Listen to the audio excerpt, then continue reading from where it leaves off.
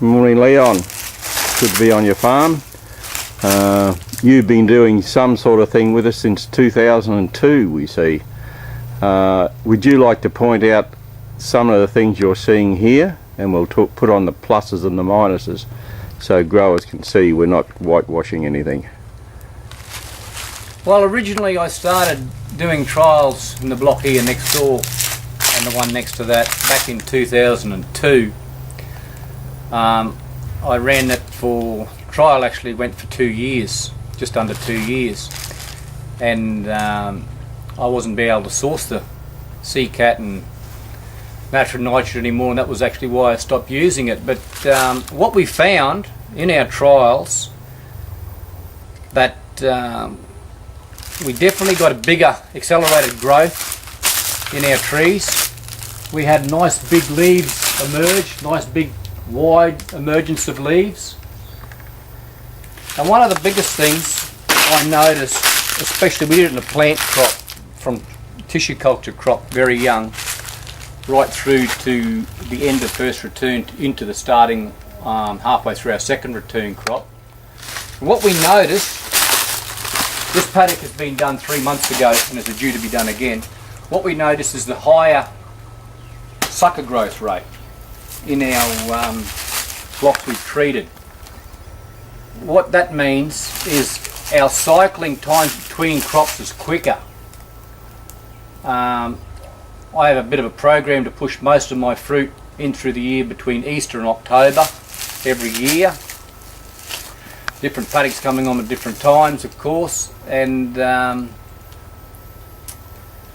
that's what we work. Now, when I started using the CCAT and everything, especially once we were on the third application, which is about 9 months into the trial, we noticed the suckers absolutely go berserk, and some of them were double the size of what they were in the untreated, and that actually pushed us forward into a quicker window, which is not the window I was looking for originally, because they came at a bad time. But as each paddock keeps cycling, you've got to push it into a new window anyway, so it's just a management way.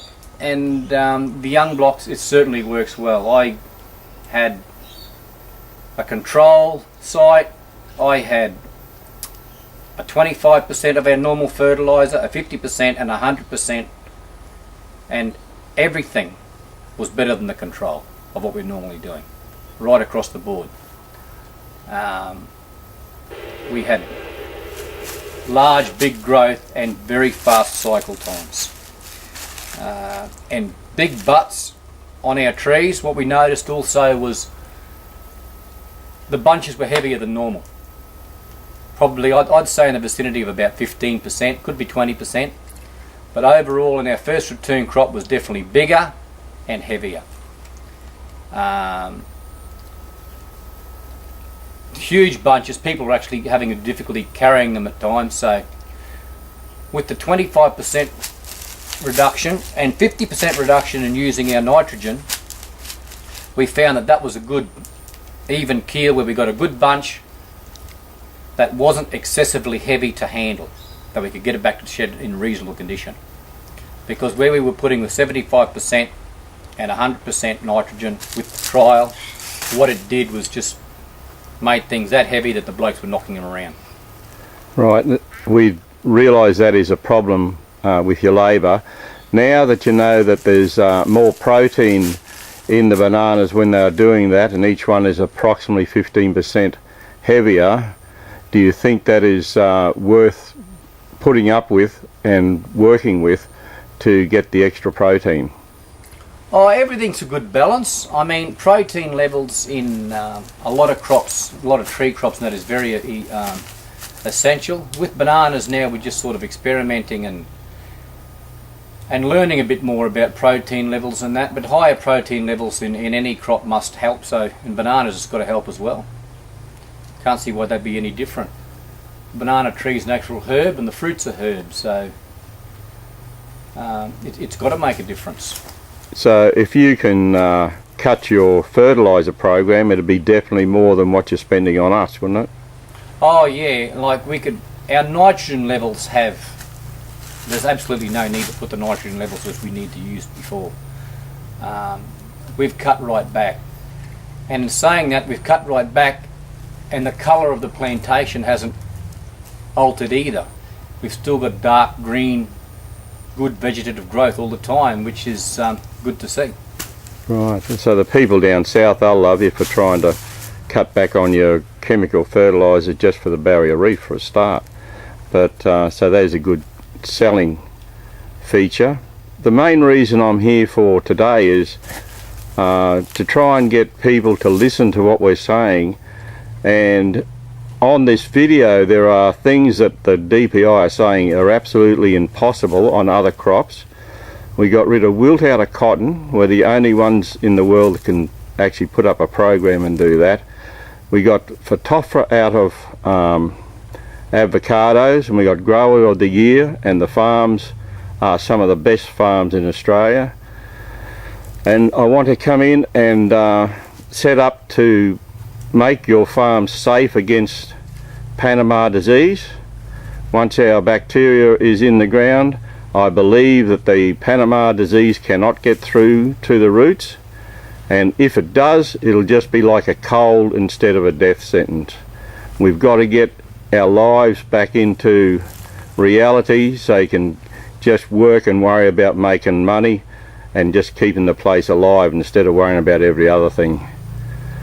And we will put all this information in front of you in the next 3 weeks.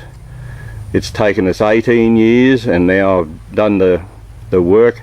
We have been around over 60 years now, and our bacteria has been around hundreds of millions of years.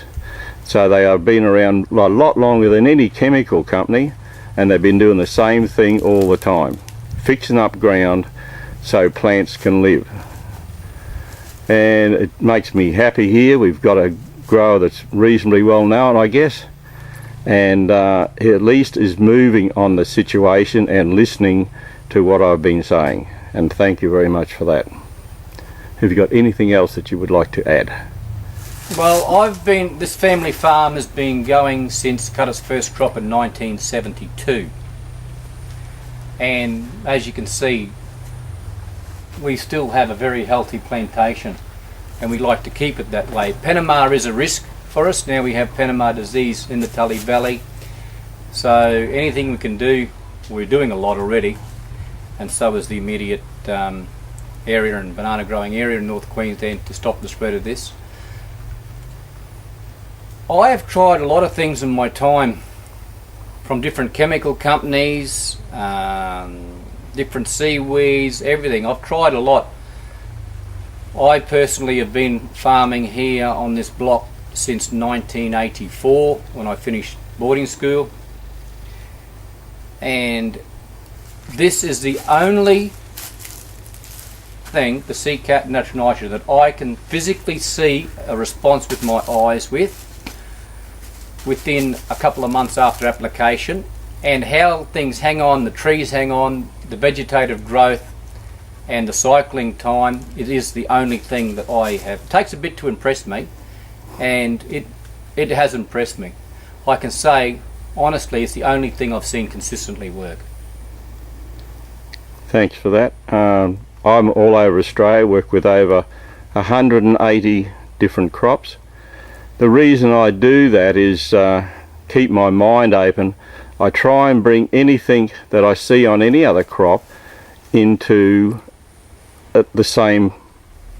your program or your tree crop or whatever, and we say, right, if we get rid of something, how about we move into another crop? All plants, all roots are the same. The person who invented this, Professor George Sarantokis, he actually came out to Australia and told me what to do with it, and I've been doing it for 18 years, and I have more records and people with crops of the year and all the rest of it, and I just enjoy it. And I'm not going to let the growers here in Tully, especially Queenslanders, face all these problems by themselves when there's something out there that should give them a real help and satisfaction in what they're doing. And that's all I can say. That's about it. Thank you very much. Thanks, Malcolm.